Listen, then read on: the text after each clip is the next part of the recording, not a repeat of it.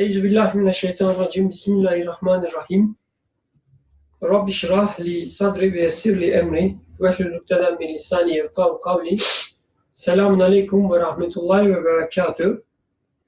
Inshallah, let's continue with the second question and its answer. This is 20th word and second station. Actually, this is like after the second station. The section is called Two Important Answers to Two Important Questions. The answer to the second question. If you say, none of my doubts remains now after these investigations, and I affirm that together with other wonders in the Quran are allusions to and indications of the wonders of modern civilization, indeed to further advancements. Everything necessary for man's happiness in this world and the next is found within it in relation to its worth. But why does the Quran not mention them explicitly so that obstinate unbelievers would be compelled to confirm it and our hearts also would be easy? Jazakallah khair. So for newcomers, this is again the answer to the second question. We are continuing with the two important answers to two important questions. And we read the question. Is there anyone who wants to summarize us, not to summarize, but convey her or his understanding of the question, just to be sure that we are on the same page regarding the question. Any attempt, Abdurrahman, you were... What I understand is, okay, the Quran only speaks of humans' achievements as much as it deserves a spot. However, why doesn't the Quran make it more explicit? Because if it was explicit, then it would it would compel people to believe it, or it would compel people to accept it, I guess. And you can't be an unbeliever after.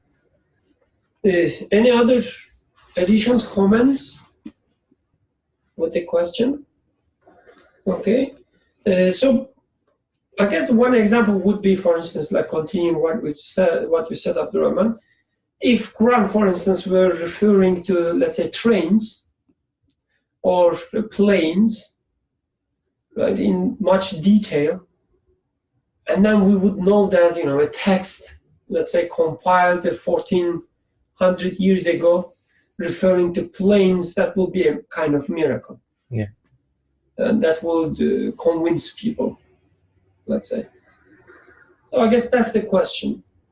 Why it's not mentioned, what they are not mentioned explicitly. I guess there is another aspect of question as well. Although it's obviously secondary to the sense that it's used here, but the subtleties in allusions, I guess, or in narrations, also has an effect of, why he's not telling me whatever he wants to say directly, right? Why it has to be through metaphors or through some stories. Why is not telling me what I need to hear just directly? Why there are all these subtleties? There's one comment from Faria is asking for the link or page number from Redbook. So if anyone has the link, please share. Otherwise, I will share it in a few seconds. And meanwhile, if you want to share your thoughts on the question, please go ahead.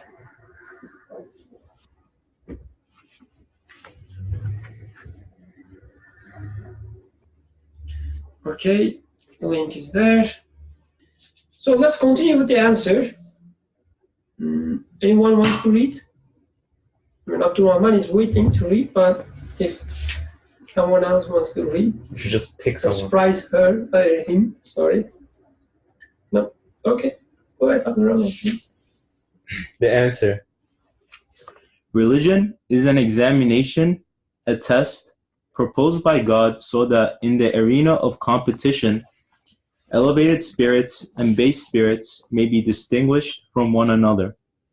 Just as materials are plunged in the fire so that diamonds and coal, gold and earth separate out from one another, so too religion is a trial concerning the obligations placed on man by God and a driving to competition, which is what this abode of examination consists of.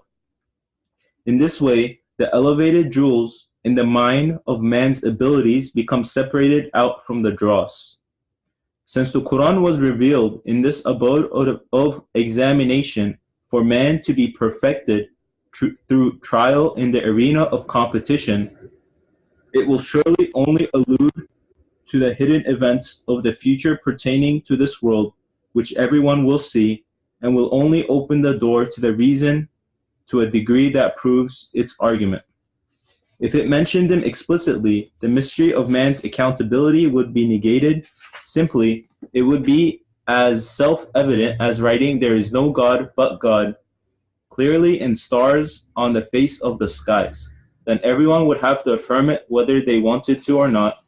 There would be no competition, and the examination too would go for nothing. A spirit like coal would remain on the same level of a spirit like diamonds. Footnote: Abu Jahl, the accursed, and Abu Bakr, the truthful, would appear to be equal, and the mystery of the examination set by God lost. In short, the all-wise Quran is wise. It affords everything a position in relation to its value. Thus, 1,300 years ago, the Quran saw concealed in the darkness of the future man's hidden fruits and progress, and showed them in a form better than we see and shall see. That means the Quran is a word of one who sees at the same instant all time and all within it. Thus, one flash of the Quran's miraculousness which shines on the face of the miracles of the prophets. O God, grant us understanding of the mysteries of the Quran and success in the service of it at every instant at all times. Glory be unto you. We have no knowledge save that which you have taught us. Indeed, you are all-knowing, all-wise. O God, grant blessings and peace and benedictions and honor to our Master and Lord Muhammad, your servant and prophet and messenger, the unlettered prophet, and to his family and companions and wives and descendants, and to all the prophets and messengers, and to the angels close to your throne, and the saints and the righteous. Grant too the most excellent of blessings and the purest peace, and the most abundant benedictions to the number of the surahs of the Quran, and its verses and words and letters, and its meanings and indications and signs and allusions. And grant us forgiveness, and have mercy on us, and be gracious to us, O God, our Creator, to the number of those blessings, through your mercy, O most merciful of the merciful, and all praise be to God, the sustainer of all the worlds. Amen, amen. So anyone wants to take the lead with the answer? What's arena of competition in the original? Arena of competition. Arena of competition. It sounds like a very bad thing for me. Sounds like, would you like to elaborate your ideas? No, seriously, I mean, if the world was an arena of competition, and it's like, it brings up like an image of like Gladiator or something for me. Like we're all thrown Gladiator. Oh, okay, Gladiator. Yeah. Like we're all thrown into like this arena, and we have to fight our way out, and whoever gets out, God grants paradise. Maybe.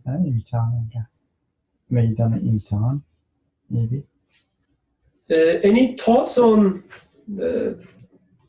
Abdurrahman's comment? I mean, to be honest, what he says makes perfect sense. So does the latter part answer it? The elevated spirits and the base spirits? So it's a competition between those two? Could you repeat it again? Sorry. No, so I was saying the second part of that sentence, where it distinguishes the elevated spirits with the base spirits. So the universe does become something of an activity for like the spirits to be challenged? And how does the spirit understand the universe? So the spirit gets the meaning out of it versus not getting the meaning out of it. Okay. So, but how does it solve the problem that Abdurrahman was like asking? Like, how would you take the word competition there? Maybe it's competition with yourself, or struggle with yourself. Then it doesn't sound so bad.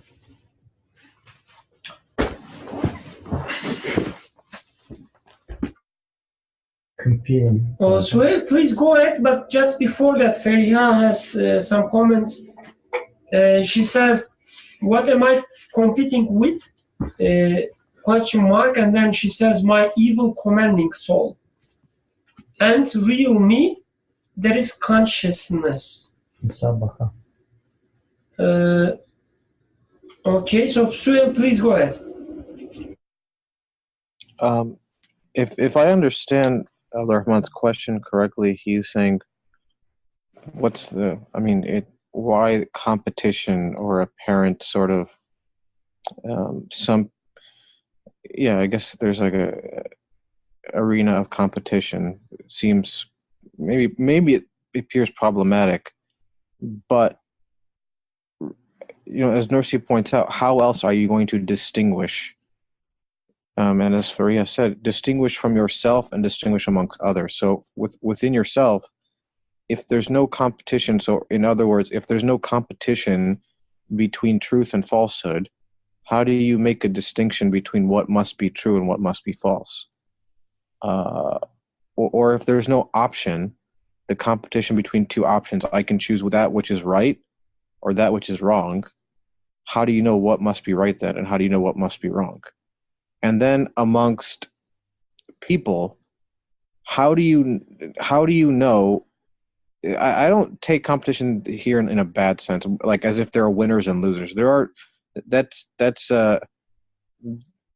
because it would presuppose the idea that my conclusion or my belief takes away from anybody else's ability to believe, as if I am more certain, somebody is less certain. No, I mean, both people can, because we're talking about absolute. But nevertheless, if, for example, if I didn't know what is possible, what can man aspire to be, then would I know what is possible? If I didn't have the prophets, I wouldn't know what's possible for humanity, what's possible for my human qualities to experience, to how to interact with the world. I wouldn't have any sort of benchmark, no sort of comparison to make. So I wouldn't have any sort of goal or trajectory to go along. You're just static then. But as Nursi points out, religion is a trial concerning the obligations placed on man by God and a driving to competition, which is what this mode of examination consists of. Because you can't do anything unless you're put in you're presented with options, and the only way you know what those options result in is if you have some idea to compare it against. There's no other way to think about the universe. To me, it doesn't make any sense. But I think the issue is that we think competition is one person wins and one person loses. No, these are the competition fundamentally, as Farid said, is within oneself, but it doesn't take away from anybody else's ability to know who the creator of the universe is, because we're talking about absolute. But on the last thing I'll say is, belief is a conclusion. What you believe in is a conclusion. If everybody could conclude the same thing, that's fine, but people don't. The point is, that's why it's an examination, because to conclude something is to take an active step. Like you have to do an examination of yourself and the universe. You actually have to make a choice. That's the examination. Otherwise, there's no belief then. It would be obvious. It would be like this looking at the sun in the sky. There's no belief then. That's not belief. That's just seeing something obvious. Belief is not physically obvious, materially obvious. Otherwise, that wouldn't be belief then. We don't call saying, no one says, I believe in the sun's existence. No one says that because it has nothing to do with belief. But we talk about what we believe, what the meaning of the sun's existence is. And that's a conclusion. And that's why that's the only way to have, that is what competition is when you have conclusions now, when you have to make a choice, when you have to think about things and examine things. That's belief. Thank you, Suhail. You want to say something? Yusuf raising his hand, but go ahead. No, let it stay. Okay, Yusuf, go ahead. So, I was going to say why we are having exams, or so a little bit of maybe machine learning. You would know it better. So correct me. So if, for example, there's a distinction between learning and memorization. So if you were given all the right answers to all the questions, then you don't learn anything actually, you just memorize. And if a new question comes, would you be able to answer it or not? You don't know. You just learned the set of questions that are given to you so well. But this doesn't mean that you learned the things, because without testing, you don't really know if you would be able to solve that question or not. So for that sense, I guess this, for human, or the way that we function, asking questions are a fundamental part of the learning process. So that much for now. You can carry on with this line of thought, I guess. Jazakallah khair. We are eagerly waiting for you to join us here in place. But thank you for the thoughts. Actually, what you said, like I never thought it that way. You said like in machine learning you would know better. It's obviously not the case. It's really interesting because really, like, to make something to learn, you have to give both positive and the negative examples. Like if you want to, let's say, train a face detector, okay, a machine will look at the videos and tell you where is the face. You have to train it with face images and also non-face images, because this is how it learns. This representation of the face is learned through distinguishing it from other things. What makes an object an object, the face a face, for instance, it's how it is how it differs from other things, non-face things. So I guess you can easily extrapolate the idea and say that the way I learn is making all this distinction between good and bad. So the way I understand now, after what Suhail said and what Yusuf said, is a chance of competition is given to me. That means I can learn both positive, good, and negative, bad. I can learn both. I can choose both. And through this capacity, seeing both the good and the bad at the same time, and being able to choose one of them, I can learn what good means. Otherwise, as Yusuf was saying, it would be just memorization of good. I wouldn't know what good is. As author also says, that's funny, one of my friends, like, he was asking the exactly same question. He was saying to me, like, why? I mean, if I was God, he was saying, that's very funny. If I was God, I would write my name on the sky, right? On the stars, like with flames or whatever. An author says if that was the case, there won't be anything as belief. There won't be belief. Because as Suhail very nicely was saying, belief is a conclusion. You have to arrive at a conclusion to call it as a belief. If it was written on the sky, you wouldn't arrive at any conclusion. It was just given to you. You would just memorize it and you wouldn't know it. Like for yourself, forget about others, for yourself, you wouldn't know what is good and what is bad. So this training, as he mentions as or describes as a competition, it is your capacity to know good. So if there's someone else to say something, please go ahead. Otherwise, sometimes I speak a lot. Osman, you were saying something, if I'm not wrong. Yeah, I'm not sure if this also refers to the conflict between the truth and the falsehood. Conflict between truth and the falsehood. Because they are two like contradictory or opposite like things.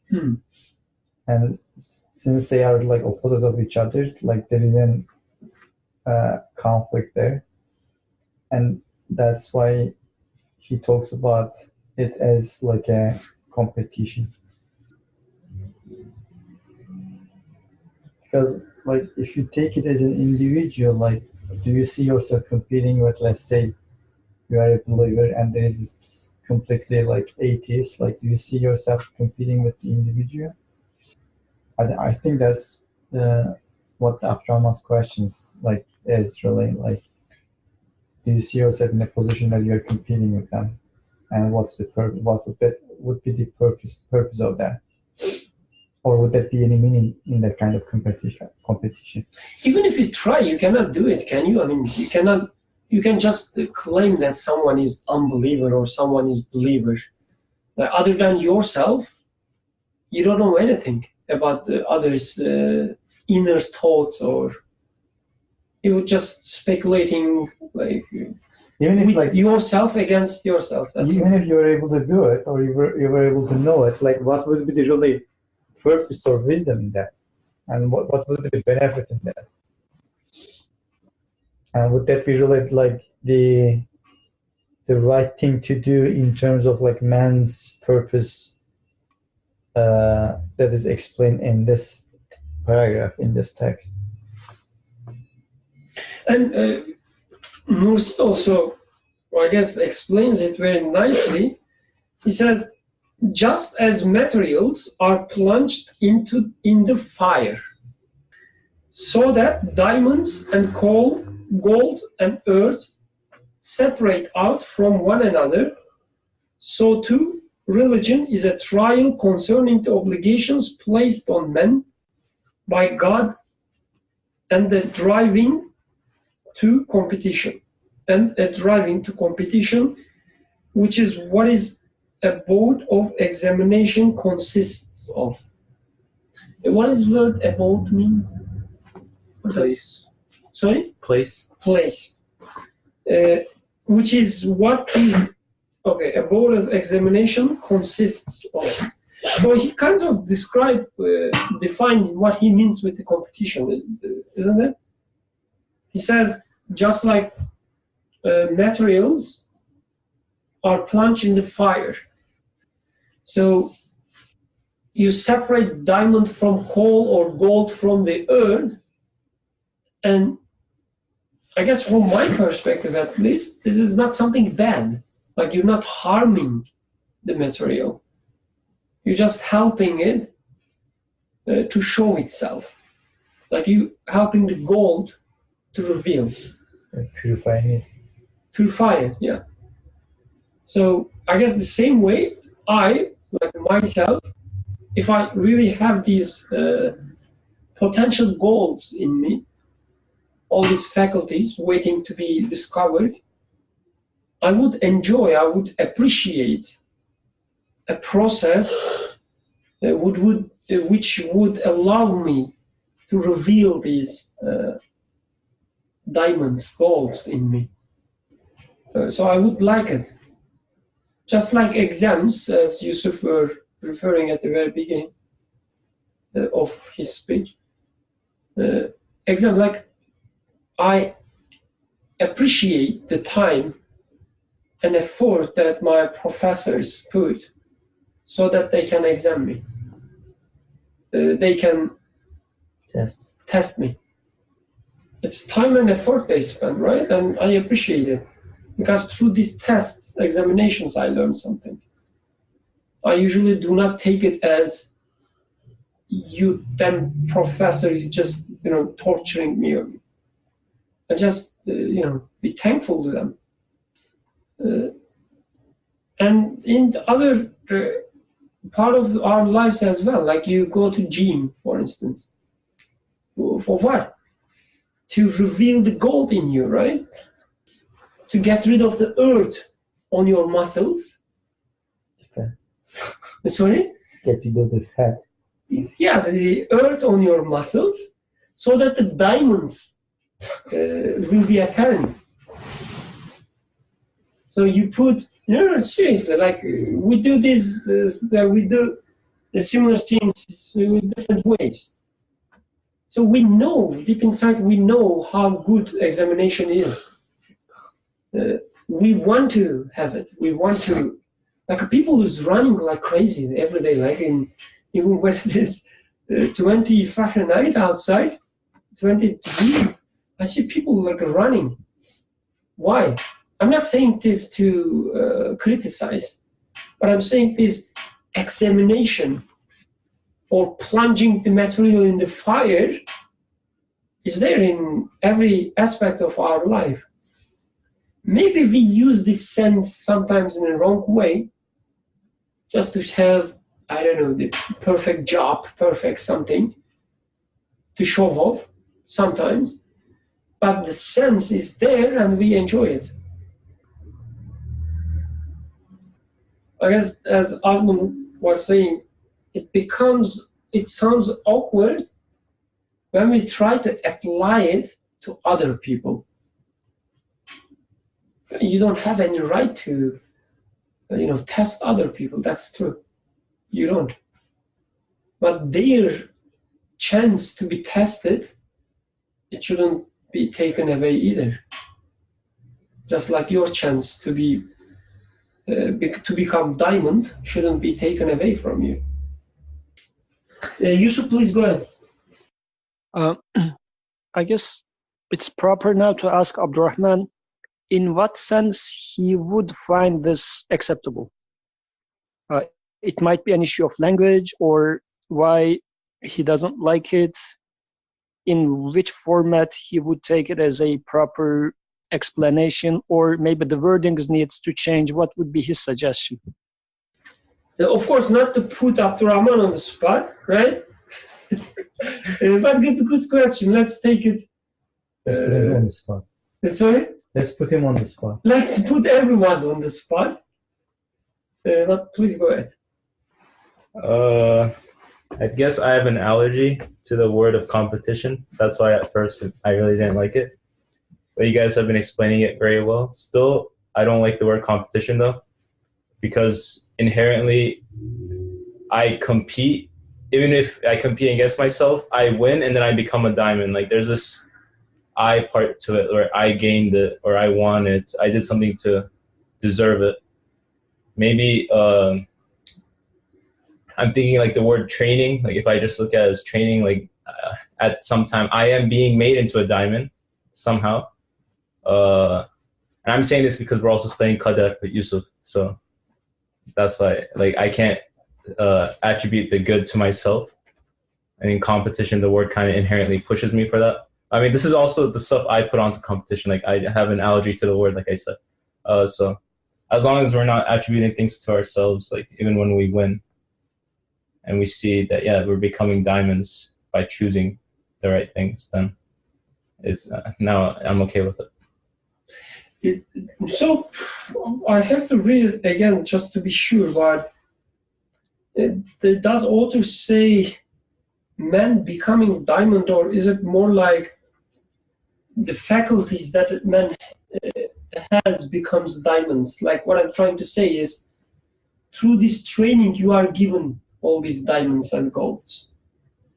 Not that you become a gold, but I guess it can be taken anyway. Anyway, so yeah, that was stupid. Sorry. I'm sorry. Yusuf, please go ahead. Did I raise my hand? So you don't want to say something? No, not for now. Okay. So Sorry. whether it's a gold or diamond, in order for something to be like something better or more purified or more valuable, they have to go through or undergo some sort of process. I don't know the details, but like for a diamond to become a diamond, like needs to go through certain temperature, pressure, like for like X amount of like years of time, right? So there is a process for something to become something. And that shouldn't be different for man as well. So man should go through some sort of process to, actually there's a word that he's using, tekemmül in the original language. I don't know how it's translated to English. It's just to improve yourself or to like become like better of yourself. So what does really like mean for us? It is part of the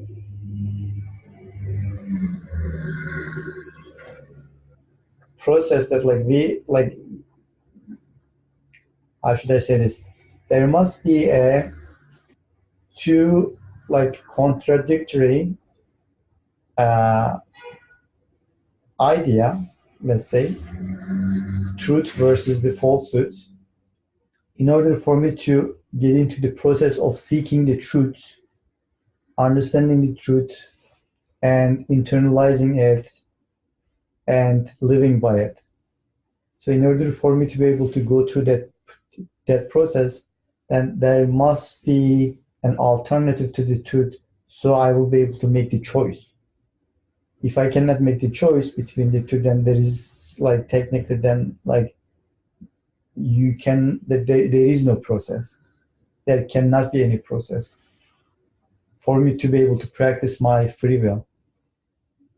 Another aspect of such topics, I guess, the way I see it, like the problems mostly start when we try to design things.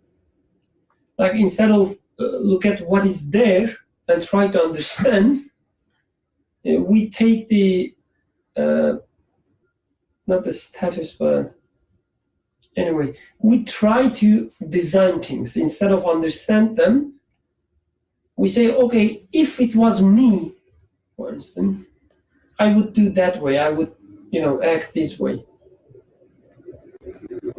I wouldn't test anyone. I would just, give them the truth and so on. And most of the time we do this without, trying to understand what a test even means for me. Because as author says, he says, if it mentioned them explicitly, the mystery of man's accountability would be negated. So here, I guess he's kind of defining what accountability means, but he's saying that by doing so, you would just eliminate or negate the people's free will. So you don't have right to do such thing. My free will is so precious to me, and you're trying to tell me that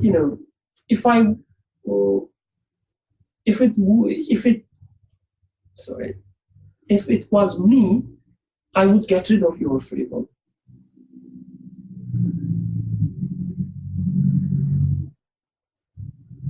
So I guess our attitude, like at the very beginning, kind of defines where we are going to, whether heaven or hell. making a metaphor there.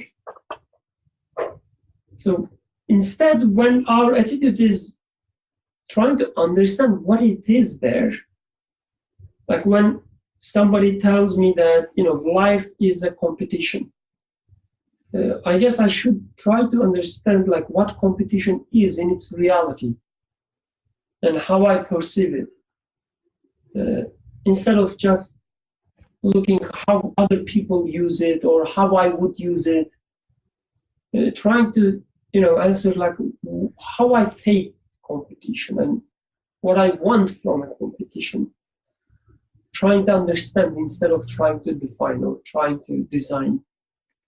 There are some comments from Suhail. He sends, I guess, 2 verses from Quran.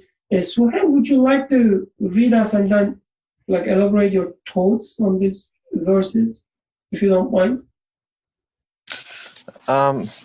Yeah, this was about the use of the word test or trial in the Quran, and the root word is balawa, a triliteral root. So the one verse, it's repeated many times in the Quran, but here, I think, at least to me, the clearest examples for me, from Surah Al-Kahf, verse 7, بسم الله الرحمن الرحيم إنا جعلنا ما على الأرض زينة لها لنبلوهم أيهم أحسن عملا. So indeed we have made whatever is upon the earth, that which is upon the earth, or as I understood it, that which is apparent to me or so manifest, زينة لها, an adornment for it, so that we may test them or try them as to which is best indeed. So just focusing on that to try, as you said, as everyone has said, you can't have free will. There's no option unless you're able to choose between what two possibilities. And in the case of the verse, we have made whatever is on the earth an adornment, so we may test them as to which is best indeed. To me, the adornment and what is best indeed means, to whom do you ascribe these things to? Do you ascribe what you find pleasurable on the earth to themselves? Do you say, they're doing it themselves, they are helping you, you are doing it yourself? Or do you ascribe it to him, we made? But and implicit is the preservation of choice. If you didn't have this option between, truth and falsehood, you can't, there's no such thing as good, there's no such thing as good, and there's no such thing as deed. You can't, there's no action then. And then if there's no action, there's no good or bad action. You can't have something good or bad if you can't make an action on something or a choice. So that, as everyone was saying, so that's how I understood this verse. And the other verse is similar to this from Surah Al-Mulk, chapter 67, verse 2. الذي خلق الموت والحياة ليبلوكم أيكم أحسن عملا وهو العزيز الغفور. So again, it is he, the one who created life, death and life, to test or trial as to those who are best indeed. So again, you have some sort of options being presented before you, death and life, or in other words, you can, by being given the understanding that things are, how do I say this? Or let me put it this way. The fact that man is just departing this world or is transient means that, the whole point of his life is to make a choice as to what is the right action to make. That's the test. Otherwise, there's really no point in life and death, honestly. Just to go through life and then live and then die. I mean, who cares really at the end of the day? But as he says, ayyukum liyabluwakum ayyukum ahsanu amala. The fact that there is life and death means that you have an option to make, a choice to make. and your choice concerns that which is good or that which is bad. And the deed that is the good deed is the deed in which you ascribe, as he says, creation to him. خَلَقَ الْمَوْتَ وَحَيَاةَ.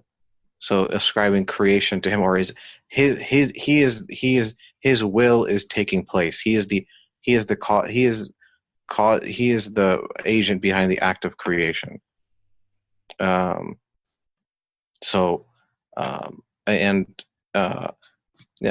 That's really how I understand to be tried is, and as he says at the end of this verse, وَهُوَ الْعَزِيزُ الْغَفُورُ, and he is exalted in might or mighty, and he is forgiving.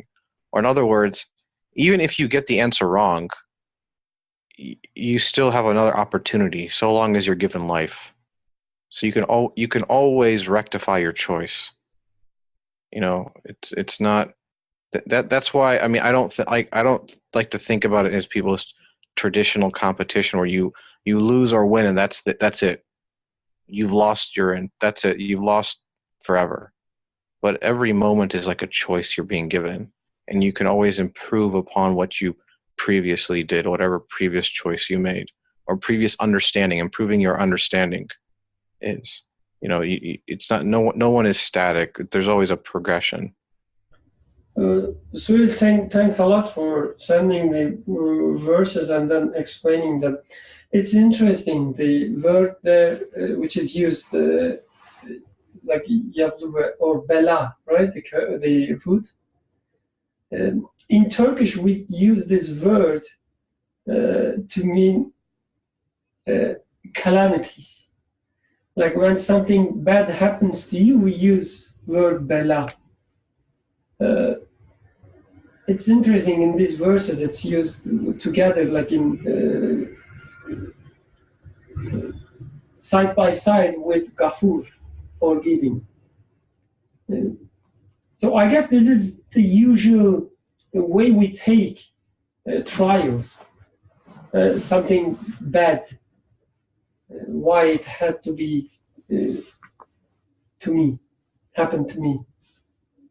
But the way now I understand after reading this text and discussing is that these trials or tests or competitions, whatever you say, is the moments that you have the choice, like you have the chance to make a choice. These are the moments that you are being treated with mercy. You are given an opportunity to seek better, to understand better, to become, let's say, better. Trials, bela. We can continue if there are no further comments on the subject. So going back to the text, the question was why wonders of future, why they were alluded, why are they alluded in Quran very subtly? And author says, if it mentioned, like it says, it will surely only allude to the hidden events of the future pertaining to this world, which everyone will see, and will only open the door to the reason to a degree that proves its argument. So I read it from the middle of the sentence, sorry. It doesn't make sense when it read this.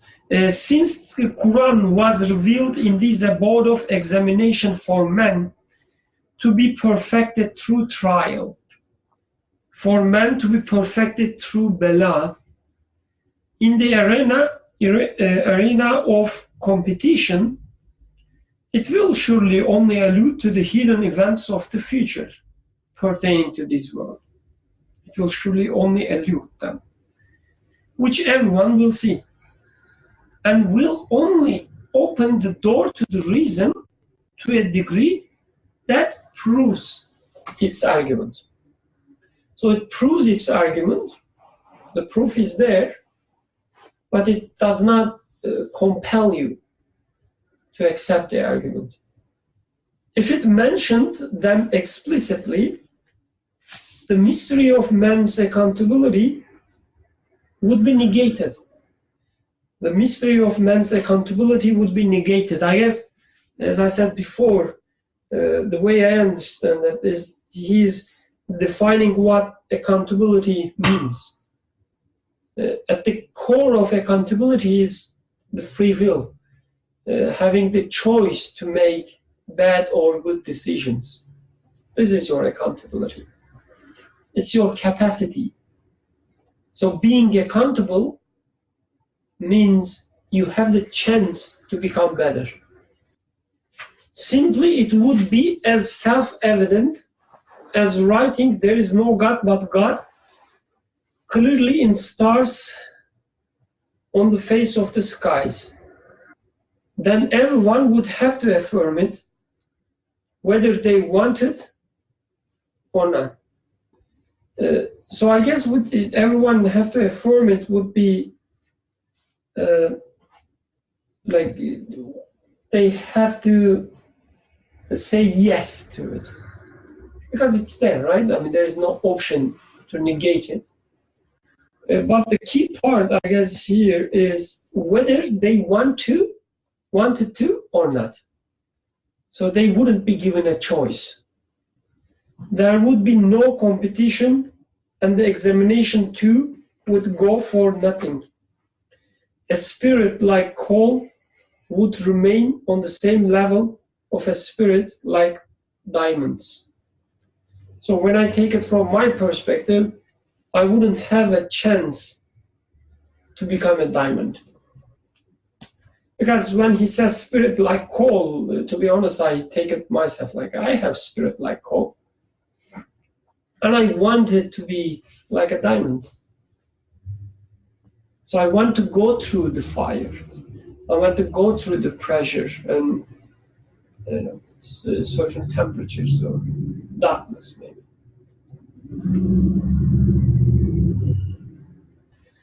Please go ahead. Any other comments? I see Mariam is here. So Mariam, would you like to share your thoughts with us? Okay, I guess no. No. Let's continue then. I'm just listening now. Oh, great. Thank you. Jazakallah khair for the answer, response. In short, the all-wise Quran is wise. It affords everything a position in relation to its value. Thus, 1,300 years ago, this is like a speech from Abraham Lincoln. 1,300 years ago, our fathers, anyway, the Quran so concealed in the darkness of the future man's hidden fruits and progress, and show them in a form better than we see and shall see.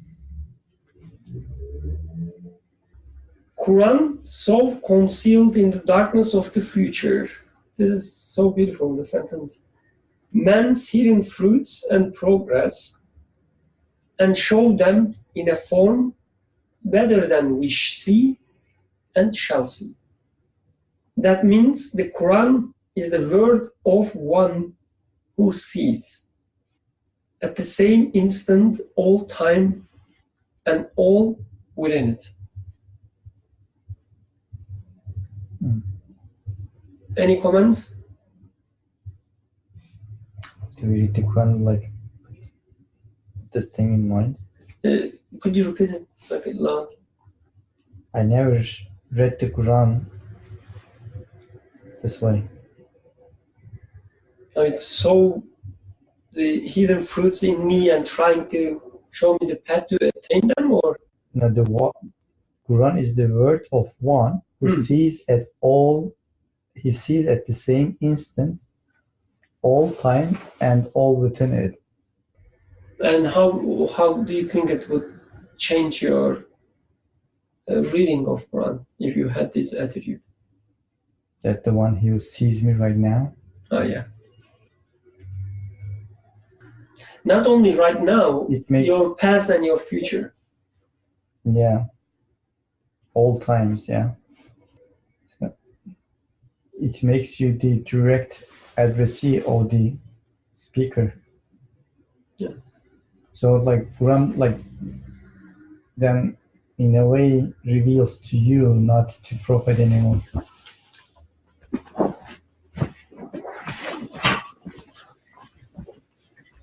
I guess there's another part of like the previous sentence.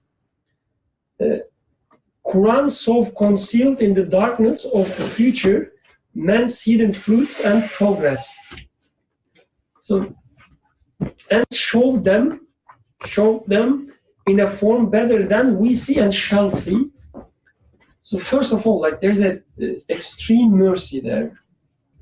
Like the way, at least from author's words, the way Quran approaches us, that seeing the fruits in us and trying to show them to us in a form which is best suited for us.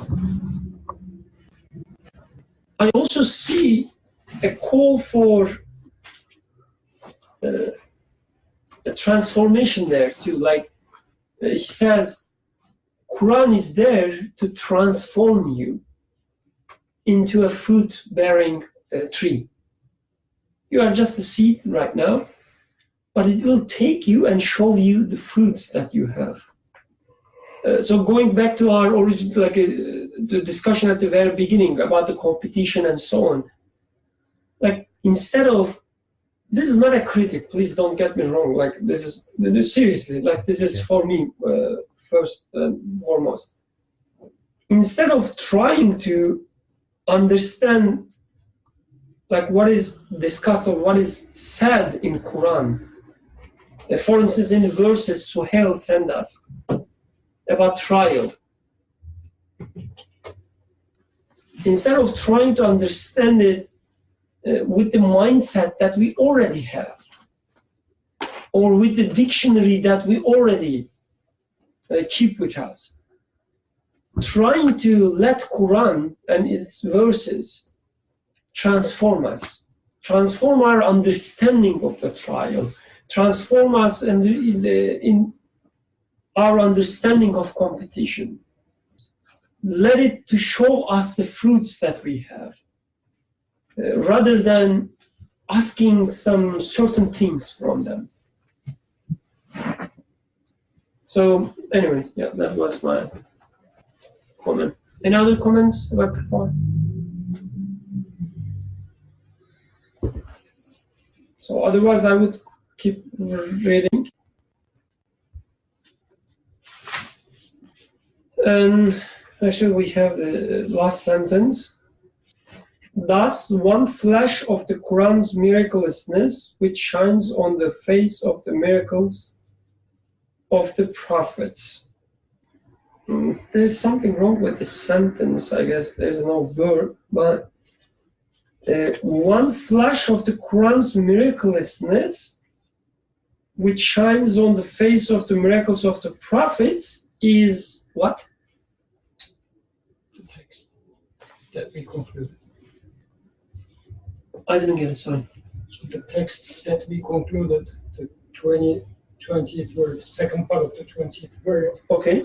is a flash of the Quran's miraculousness. Okay, so Everything that we have Okay. studied so far, that's what Okay. it's referring to. So it says, thus, this is one flash of the Quran's miraculousness, which shines on the face of the miracles of the prophets.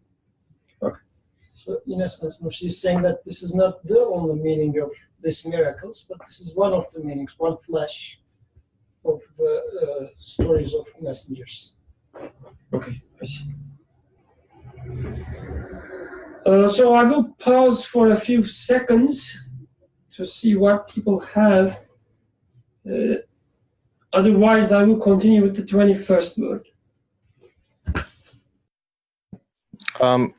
Sorry to cut you off. Do we want to read the 21st word, or do we want to read some other word?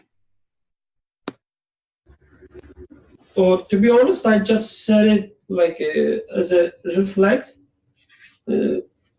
Up to this point, we, except maybe skipping 1-2 words, I don't remember, but we follow like the linear order.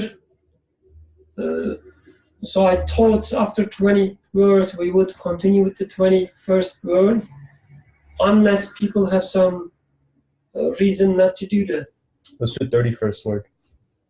Who? 31st. I said 31st? I said it. He wants to read 31st. Oh, okay. No, it doesn't matter to me. I just didn't know if that was chosen specifically, or if people want to read something else. No. Like again, there was no choice. I said 21st, just because it comes after 20. What is the 21st word about? I don't remember exactly. We have to read to know. First part of 21st word is about prayers, 5 daily prayer. And the second station is about whispers of Shaitan. Two great topics.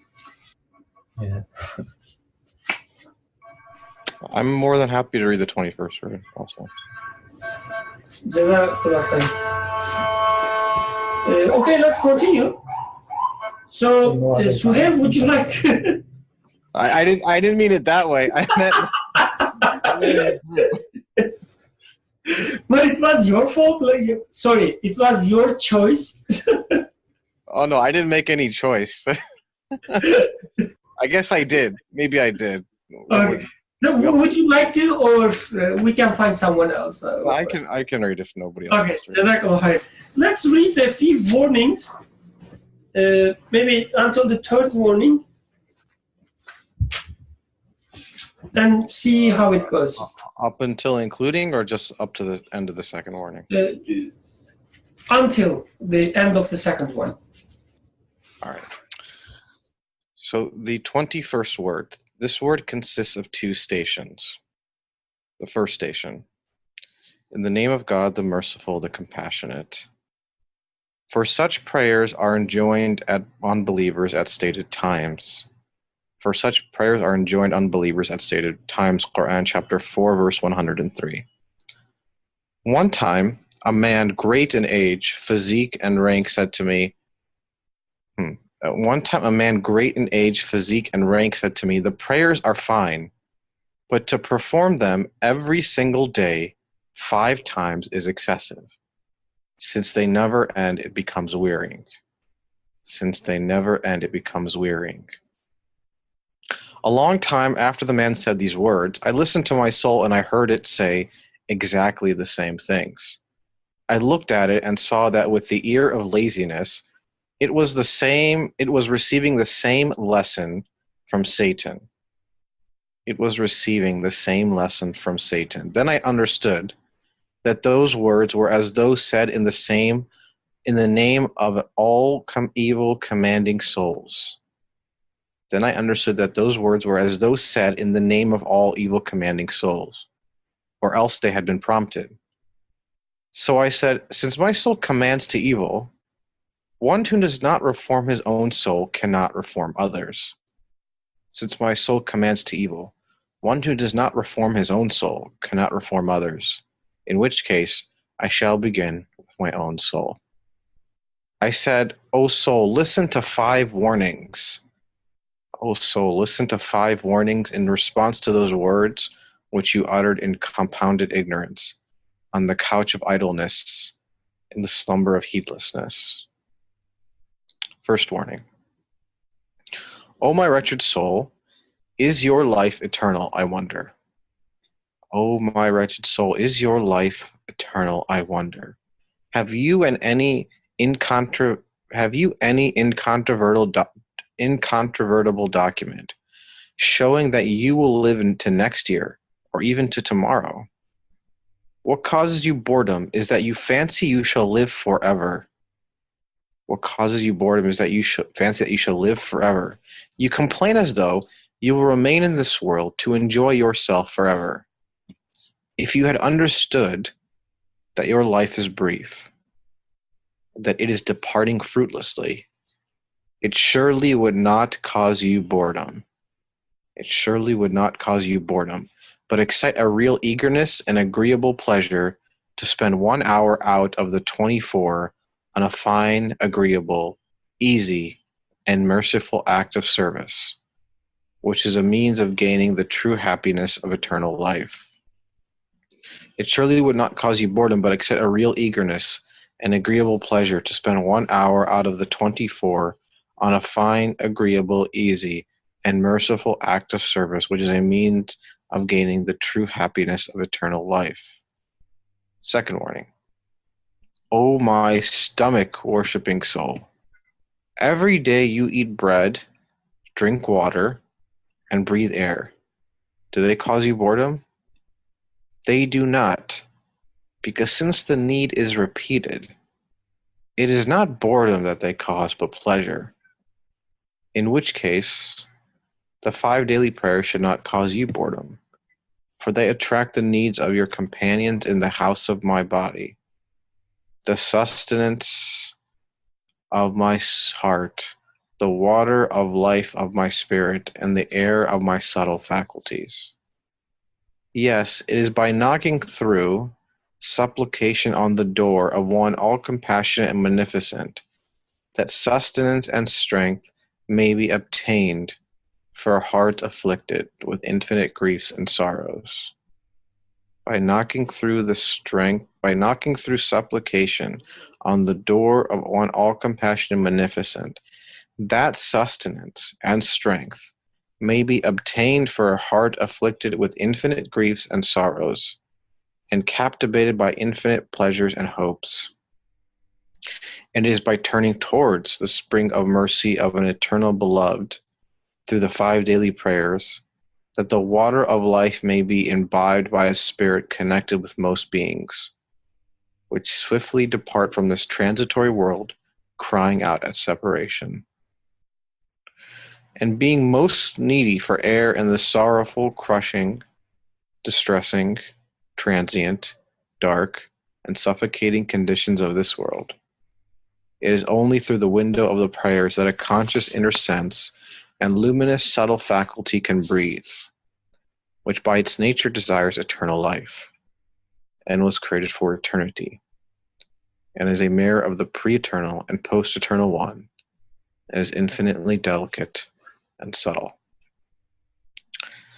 That is the end of the second warning. Since you started, would you like to lead the discussion with this 21st verse, Soren? I can start. Just give my initial thoughts. The verse he quotes, for such prayers are enjoined on believers at stated times,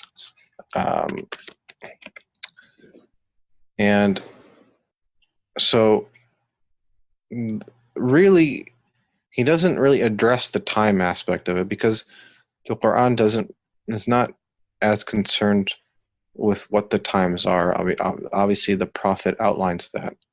His concern is why even enjoin it or on believers to pray.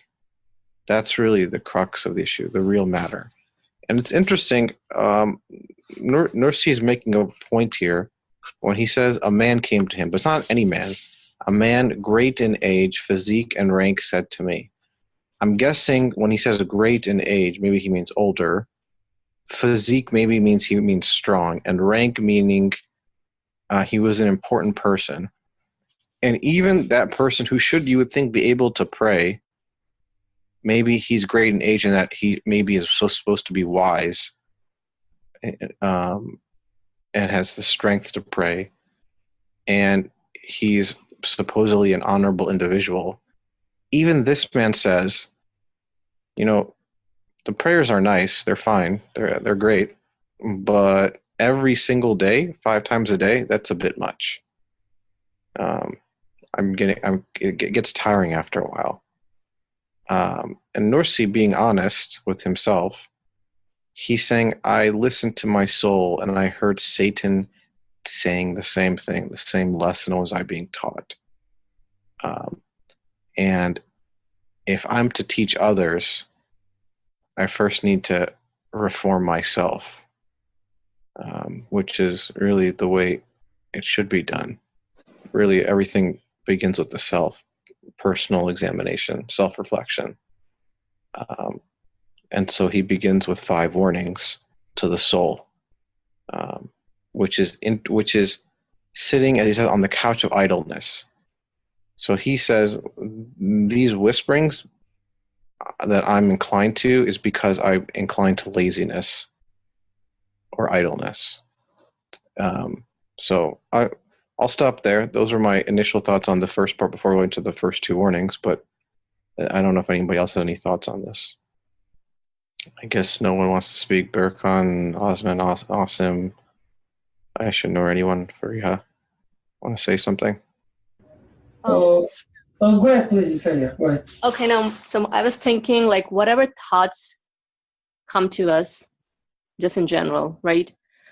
They're given existence. And so it's really my exercise of my free will, so I may choose to act upon those thoughts or not. So it's interesting how the author walks us through sharing someone's thought, but it's a very human thought. And I mean, it's out there, right? One may choose to follow such. And yeah, I mean, it makes you realize a lot, basically, about the human being in general, I would say. Yeah, that's all I wanted to say. You know what I find interesting is that Nursi says he doesn't say he doesn't pray. He's saying even if he does pray, his soul is asking, why do I even need to pray 5 times a day? And I'll be honest, I mean, I'm sure most, if not all people think that, but I do too. It's even in prayer, it sort of becomes like sort of a routine mechanism. Some sort of physical action doesn't really mean anything. I just do it to do it. But and I do it to do it because then and that sort of mentality leads me to ask, why even do it in the first place? What is even the point of praying 5 times a day? It seems a bit much, to be honest. This sort of repetition, and Nursi is he doesn't say he doesn't pray. He says he asks himself, if I'm praying, really, why do I need to even pray this much? This is very tiresome and repetitive. That's really the question. I agree with your comment. I mean, we can all relate to it. Obviously, it's human to be thinking as such.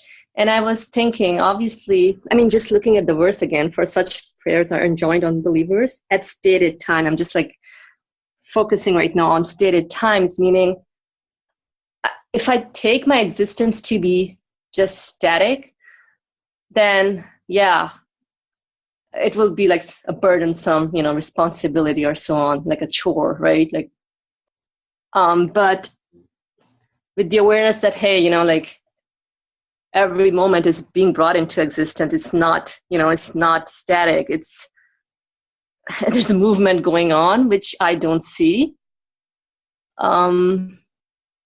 Then this verse would really make sense if you really ponder over existence on like the act of creation coming into existence, like moment by moment. Although I may not picture it, it's like a film from a movie that's right. If I don't realize that, then yeah, anything becomes like a burden, responsibility, chore. Just wanted to share that.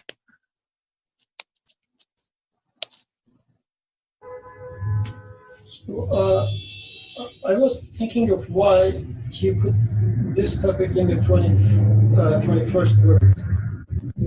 Because throughout his writings up until this point, he mentioned about daily prayers in 9th word, here and there briefly in the first few words and also 11th word.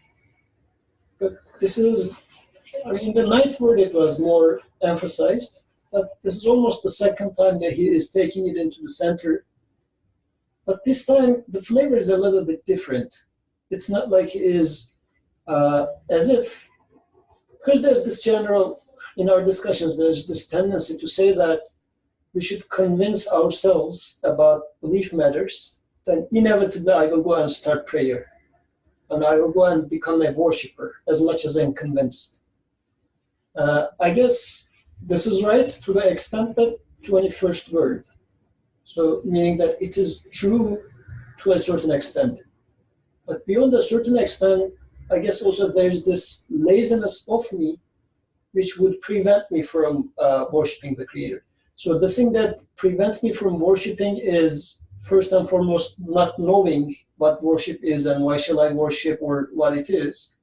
And so far, I guess up until 21st word, he was explaining the truth of existence, purpose of existence, and what worship means, who I am, how needy I am. But now he says also there's this other obstacle in front of you, which is going to be your laziness. So such a warning is also necessary to show me another aspect of myself, which would be an obstacle for my purpose in existence. And maybe it's something related to this. Like when Nursi says, I listen to my soul and saw that he has the same teaching from Satan. The laziness was there in my soul as well. It's, I guess, another way to say that, yeah, these kind of ideas or thoughts also comes and visit to my mind as well. And sometimes they're even compelling. Otherwise, he wouldn't try to actually warn his soul. If they were just stupid ideas that he can discard easily, he wouldn't try to write this chapter, right? So it seems like they are kind of convincing to some degree, but then he makes the choice to see a better truth, to reach a truth. So why I'm saying this, because just because I guess something appears to be, let's say, logical to us, just because one question seems to be reasonable at the first sight, it doesn't mean that we have to act accordingly. Like your actions or your contemplations after this thought doesn't have to be based on these ideas or based on these thoughts. You can even, as authors does, you can also investigate these thoughts as well. So, oh yeah, it makes sense why we are praying 5 times, so we shouldn't pray. Like, there's no such path. Just because I have this idea, it shouldn't lead me directly to a conclusion. I should investigate the idea itself and see, maybe, as author does, that I will see laziness there. So we mean questioning the question itself? Questioning the question itself, questioning my attitude. I guess, so I remember, for instance, one of my friends was asking me, oh, Birkar, I'm planning to wearing, how would you say it, like earrings? Pierce my ears? Or yeah, pierce my ears, or wearing the earrings. Wearing the earrings and so on. A guy asking me, so do you think it's, halal, or do you think it's acceptable in religion, or whatever? Or, I don't remember, but that was like an attitude, asking why it is not allowed, kind of thing. And to be honest, just author said, by the way, I'm not suggesting whether it is halal or not, like that was just a question. Like I didn't know answer then, I don't know the answer today. So anyway, but like it was interesting because the exact same idea also visited my mind, like, right? But my question to myself was like, why? Why I like to have it? Why I like to, use it, whatever. And the answer I gave to this why question was enough for me not to pursue it. Like whether it's halal or not, my attitude to the reason that I was questioning it, when I, discovered the reason, just like author says, in his case, it's because of the laziness. It was enough for me that, okay, forget about it. Who cares about the earrings?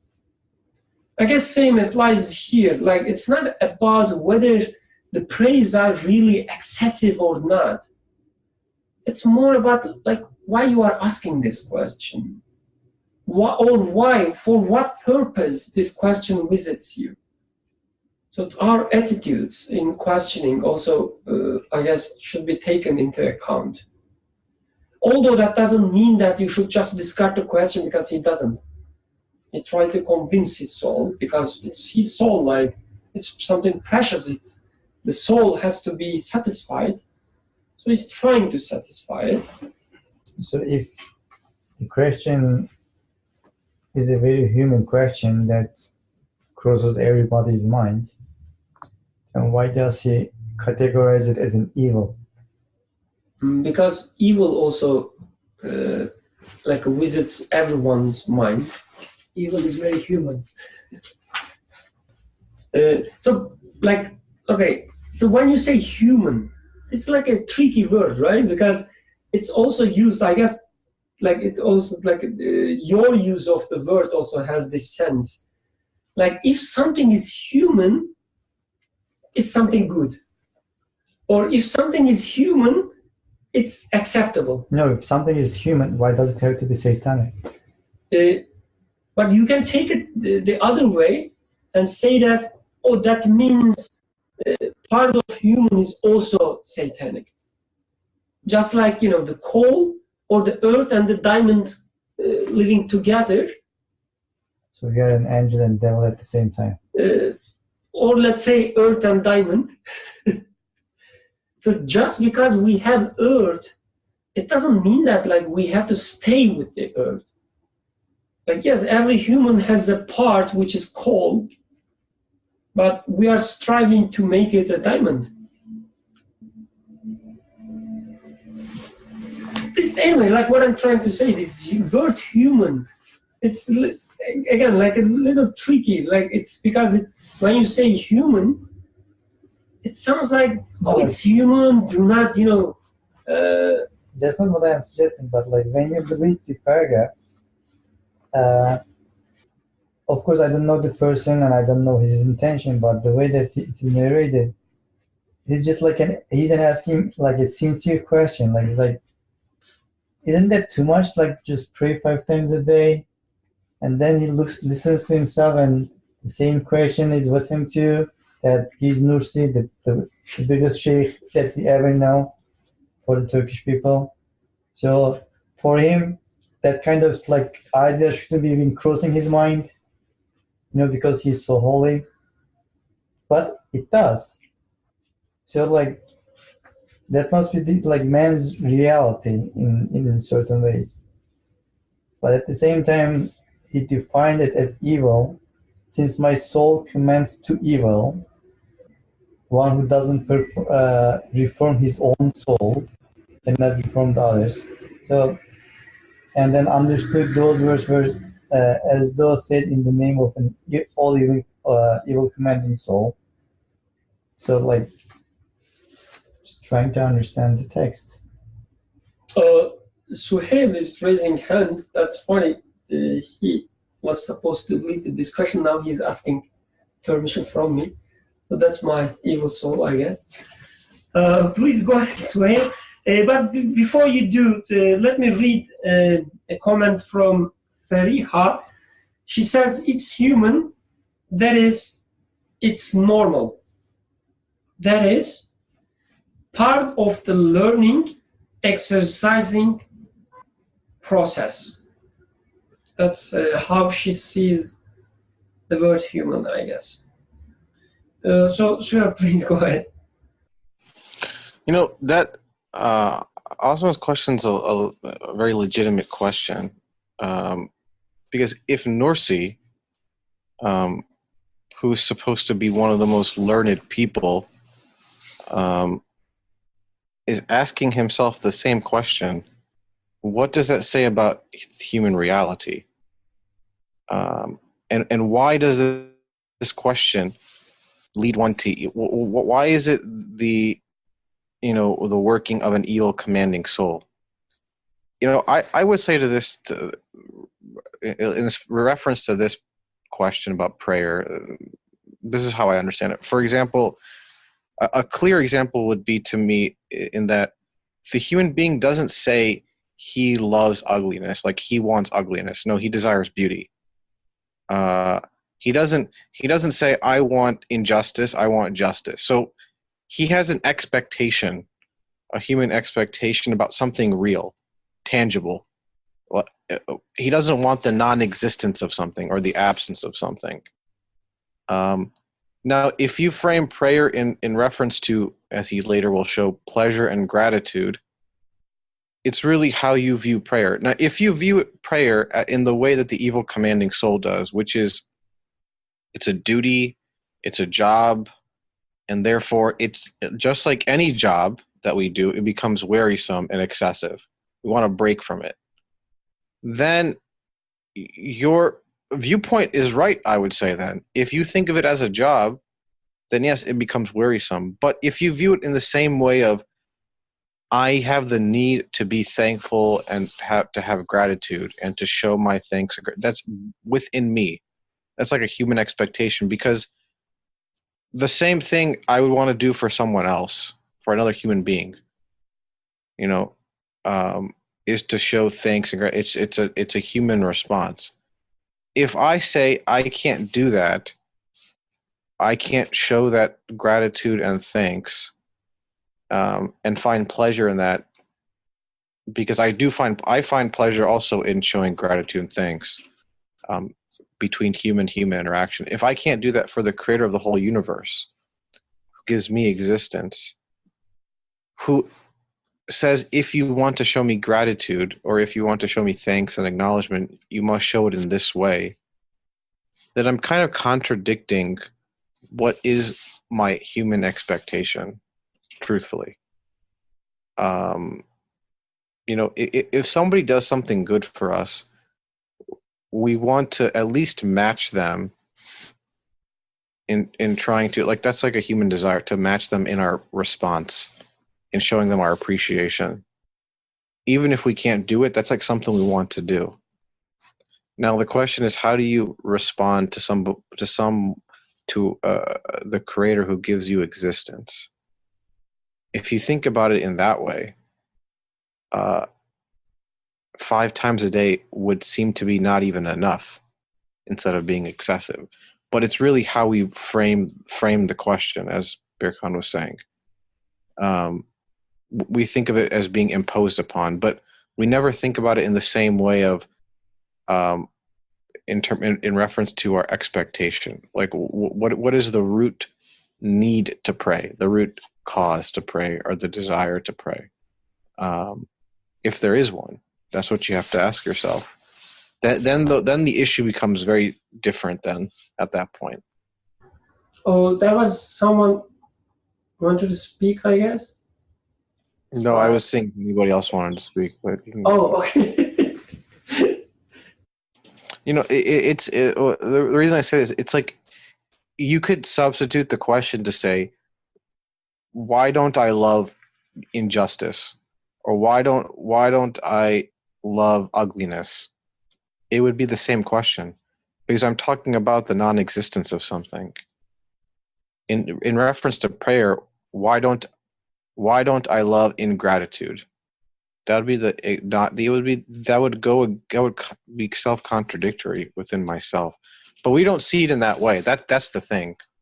And the reason we don't see it in that way is because it's very difficult to be conscious that we're connected to an eternal source, as you'll go on later to say. Like, we live in this sort of present transient world, and we can't think beyond that. You know, honestly, myself included, it's hard to think beyond the present and think about, about eternity. Even though that's what I want, it's hard to think about it because you're surrounded and consumed by the present, by transience. So, even his question is about being tired and things are excessive because he's that questioner. I mean, not saying he's a bad person, but when you think about his frame of mind, we're living in the present. That's kind of why we say that. We get tired because we think about how we're doing things in time, not about what we're connecting to. That's as Birkan was saying, you have to really question the question itself. Something. It seems like in the question there is this like expectation that he has his own dominion, I have my own. Or if he's God, if he has will, I do like have will too. So it seems like there is this him versus like me kind of approach, which makes it difficult for me to acknowledge it and prostrate before him because I still have my own grounds. But like in terms of like man's reality, is that really so? Like, do I really have any ground at all? It's almost as if he has like a bartering relationship. Like, I live my life and God lives his life, and prayer is the price I pay for being a given existence. That's kind of really at least honestly, the way I think about it sometimes. It's just the price I pay, and it's a transaction. That's all it is. That's satanic whispering right there. So what I understand from what you said, Sohail, is that with satanic whisper, he means whatever, like when you decompose the question or when you decompose the idea into components, these components which are not related to the reality, which are the opposite of the reality, these are the satanic whispers. So you should try to find them, identify them, and then resolve the issue. Like Osman was saying, like, I have my dominions. Is a satanic will or whisper because it doesn't have truth in it. Or as you were saying, Sohail, I'm doing the prayer as a price. Like I received something and I'm paying back with my prayer. This is the satanic will because the whisper, because it doesn't have any reality. In other words, there is no like Lord out like relationship in that understanding. It is more like an transaction taking place like between two entities that are at the same level, not like one over the other. And also, like with the first warning, so he says, "Oh my wretched soul, is your life eternal? I wonder. Have you any incontrovertible document showing that you will live to next year or even to tomorrow? What causes you boredom is that you fancy you shall live forever. So when I look at myself, like the moments that I have difficulty with my prayers, let's assume I'm in the middle of coding or doing something at work, I take it very serious and I take it very important, and then I remember, oh, I have to pray. Then I stop prayer, may God forgive, but I take it as, I have to something, like it's something I have to do it quickly and then go back to my life. And author says, like, how do you know that your life is waiting for you there? How do you know that what you were doing there will be there when you go back? And what gives you this wrong idea that what you were doing were really so serious, that's so important? Permanent, exactly. Because, when I do something, when I take it so seriously, or so, give more work than it deserves, I take it as permanent, as if it's so important. It will be there tomorrow as well. My work, for instance, my occupations, it will be there. My profession, my reputation, my family, whatever, it will be there next moment. So I, discard the prayer. I discard the eternal life. Because he says, it surely wouldn't cause you boredom, but excite a real eagerness and agreeable pleasure to spend 1 hour out of the 24 on a fine, agreeable, easy, and merciful act of service, which is a means of gaining the true happiness of eternal life. So the way I understand here, especially the part is when he says a fine, agreeable, easy, and merciful act, a service. It's like, the rest of your 23 hours, it's already just wasted. Like, I'm talking to myself, by the way, like I'm not generalizing. Like your 23 hours is already wasted for nothing. You spend it for things which will leave you tomorrow, if you leave tomorrow. Yes. They will leave you, definitely. And I experience it every day. Like, every year, all my worries regarding the last year, they just gone. I don't even care about them. Even if you remind me, I would say, who cares? It happens all the time. So my 23 hours is already wasted. That's for sure. He's giving me an opportunity, at least for 1 hour. I spend it for something I really enjoy, for something I really need, and it won't be wasted. So it's so merciful. It gives me a chance not to waste my life. So going back to what I was saying is, I guess when I realize, when I look at the moments when my prayer becomes a boredom and burden for me, I would realize probably that it's because I'm assuming permanence with what I was doing at that moment, or what I was planning to do at this moment. Do you think if worshipping is such an intrinsic thing to do for a human being, like if it is like in man's nature to worship, that's how you are created, do you think like there is this like also like aspect behind that question, asking that question, since we are already created that way, like we need to inevitably, like you need to direct that like worship to something or someone or like somewhere.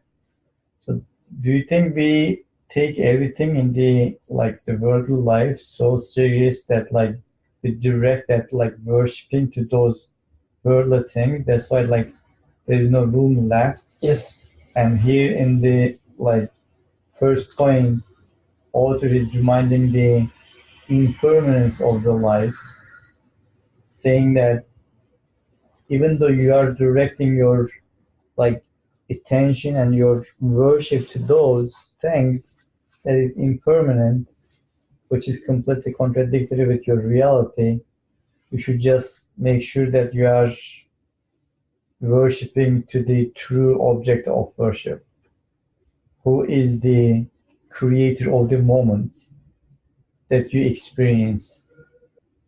So there is a comment from Feria I would read, which is, I believe, very related to what you said, Osman. She says, so the way I see prayers is like putting icing on cake. If I don't have a cake, then what am I talking about really? She continues, so without establishment of foundations pertaining to meaning of my existence, nothing is valuable in its essence or carry a spirit. Without establishment of foundations pertaining to meaning of my existence, nothing is valuable in its essence or carry a spirit, she says. So why I said it's very relevant to what Osman said. So Feria, please feel free to elaborate more. But let me make the connection. Why I thought there was a connection, because the way I see it, when I say to myself, this is again, your comment is when I listen to my soul, it's usually there too. When I say without having a foundation regarding my existence, what does it mean to pray or worship?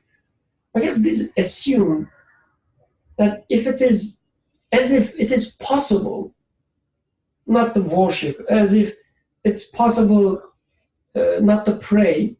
But what I understand from Osman is he's saying that it's not even possible. You would think that you're not praying, you would think you're not worshiping, you're not wasting, let's say, quote unquote, with the prayer which doesn't mean anything. But at this very moment, you would be praying or worshiping false gods. Just to clarify it a little bit further, what Suhail was giving examples, for example, you don't question when you say it that you love the beauty. You don't say that why do you love the beauty, because that's how you are created. That's who you are. There is no answer to that why question. That's just who I am. Or what was the other example that he was talking about? Beauty and justice. Justice, yeah. You just don't question why do you love justice, because that's who you are. That's how you are created. It is the same way for when it comes to worshiping. It is already with you. That's already in your nature. You just don't even asking the question, why should I worship, or why do I worship? Should be some irrelevant questions, because we already have that, and we are already directing that to whatever we fancy in our mind, or assume in our mind that the giver of our expectations. Sometimes we direct it actually to our minds. I have to understand it, otherwise I will not do it.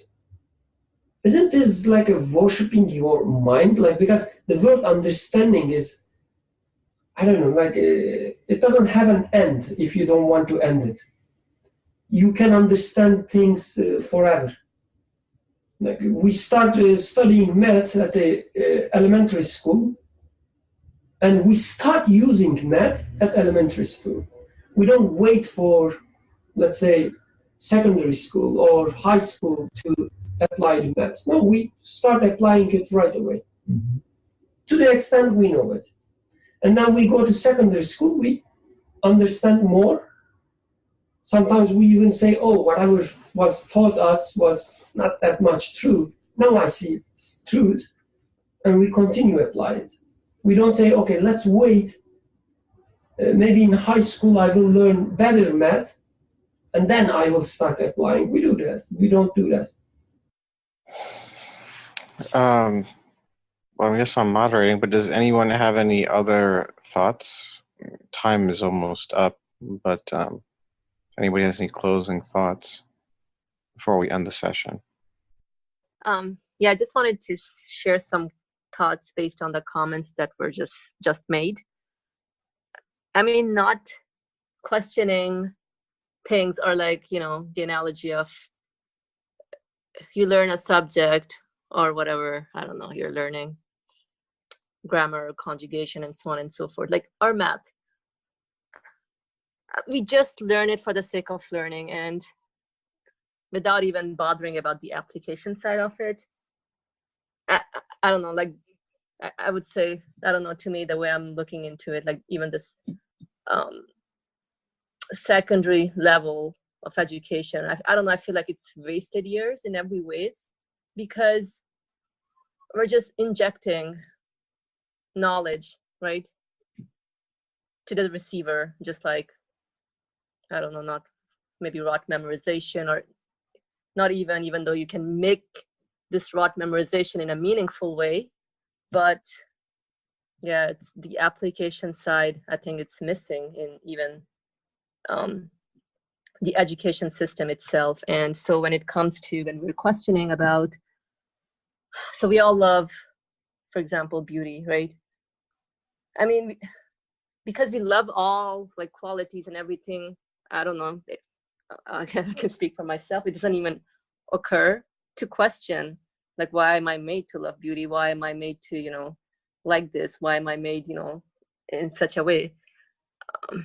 It's only when we experience the lack of it, then the question arises. And the reason I say that is earlier today, I was just, I don't know, in the flashes, Nursi mentions about some flash about illnesses or healing of the sick.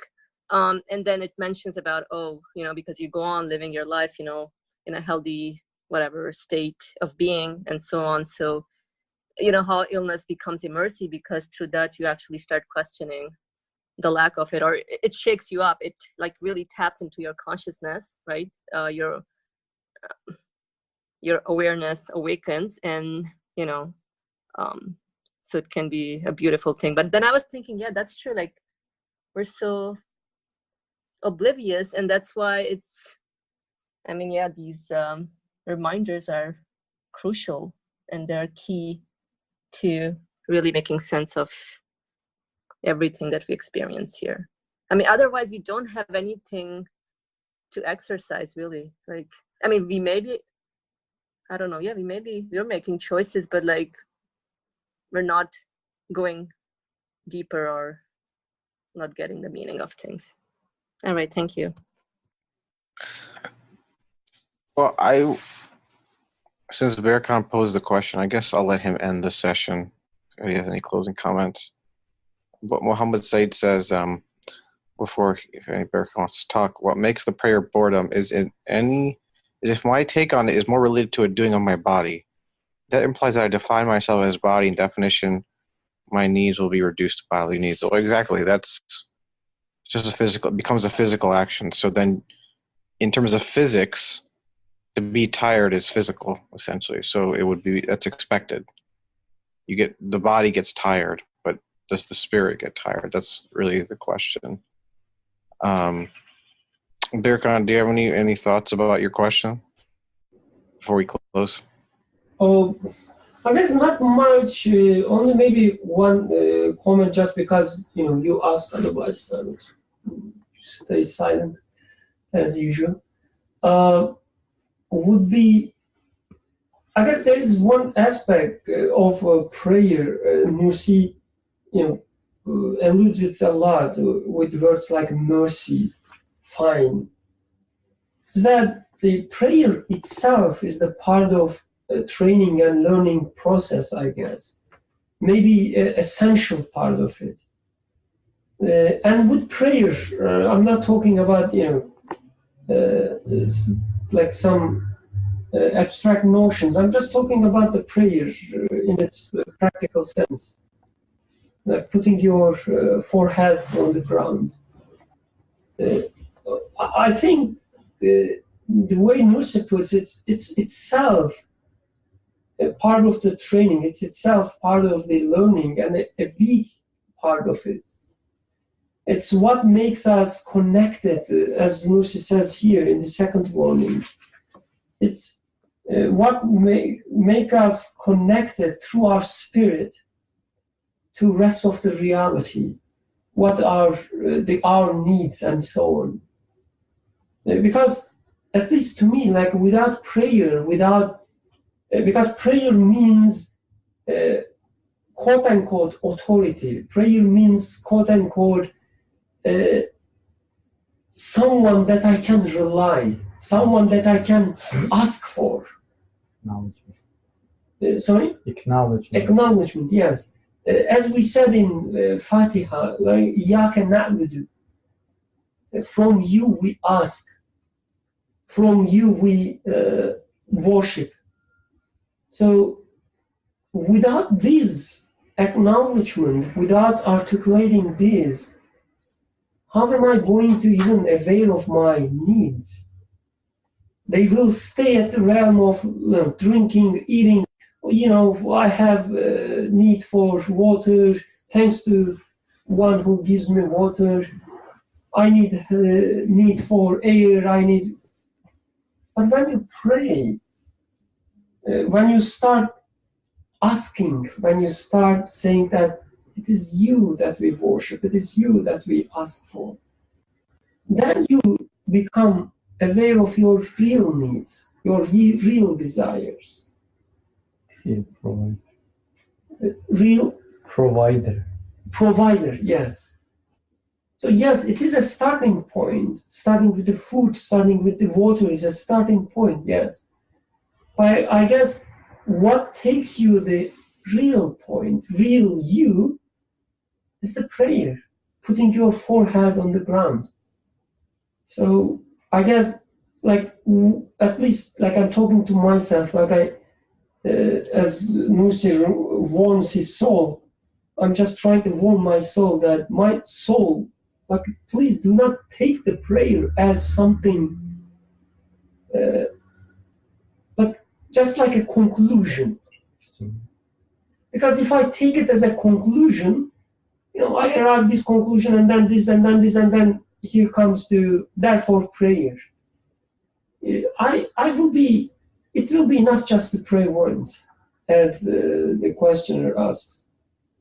But if I take the prayer as the process itself, like through prayer I learn, through prayer I acknowledge, through prayer I become human, then life and the prayer itself becomes dynamic. And it cannot repeat itself.